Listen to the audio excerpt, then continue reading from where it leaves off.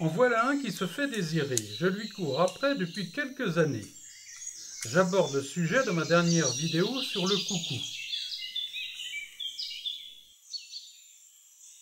En approche, je l'avais fait fuir plusieurs fois lors de mes observations le long de la rivière. À regarder l'état des branches épluchées du vieil arbre, il venait souvent, voire quotidiennement. Après l'avoir entendu de nombreuses fois aux alentours, j'allais enfin pouvoir l'observer, au mieux le filmer.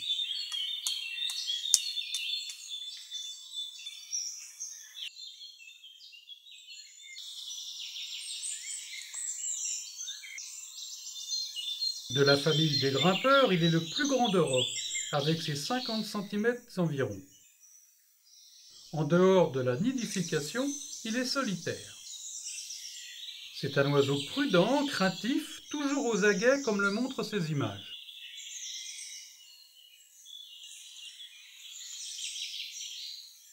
À l'origine, c'est un montagnard, mais depuis les années 50, il est en expansion dans d'autres parties de l'Hexagone. D'après les observateurs, le pays compte plus de 1000 couples. Ce qui en fait un oiseau rare tout de même.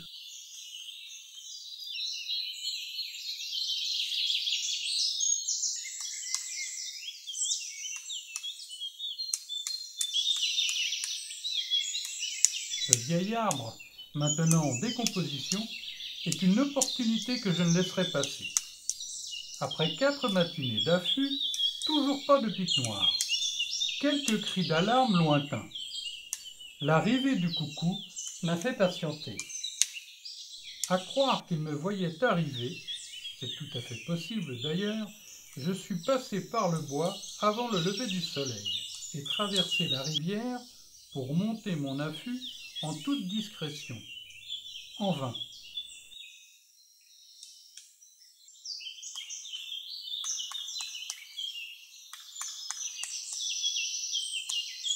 L'amplitude des douleurs lombaires ont failli avoir raison de ma ténacité.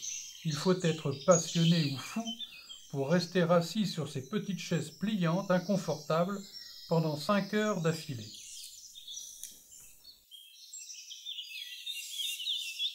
Passionné, je le suis, mais ma patience a ses limites. Après quelques jours, la motivation revenue, j'ai retenté, toujours sans résultat. C'est la 9e tentative qui fut la bonne. J'ai été récompensé car il est resté 3/4 d'heure à briser l'écorce pour accéder et déloger les larves d'insectes xylophages. Pour les extraire, il se sert de sa longue langue visqueuse pourvue de poils à son extrémité.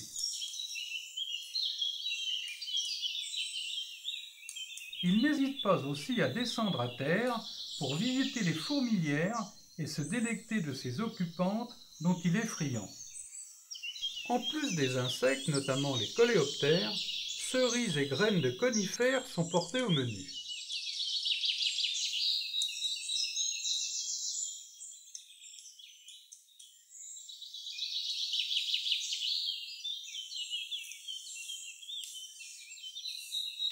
Si elle n'est pas dérangée, cette espèce sédentaire est fidèle à son site de reproduction. Comme son proche cousin le pivert, le couple creuse une loge profonde à entrée ogivale pour y déposer 4 blancs. Pondus entre la mi-avril et mai, ils sont couvés par les 2 parents pendant 2 semaines environ. Les jeunes quittent le nid généralement après 1 mois d'élevage. Comme les autres pics d'Europe, peu de dimorphisme entre les 2 sexes. Le mâle adulte arbore une calotte rouge partant du bec, tandis que la femelle n'a qu'une simple tache rouge à la nuque. Le couple n'a qu'une couvée annuelle. Bien sûr, ces quelques infos n'ont rien d'exhaustif. Elles peuvent toutefois susciter l'envie d'en savoir davantage sur ce beau piscidé encore mal connu pour certains.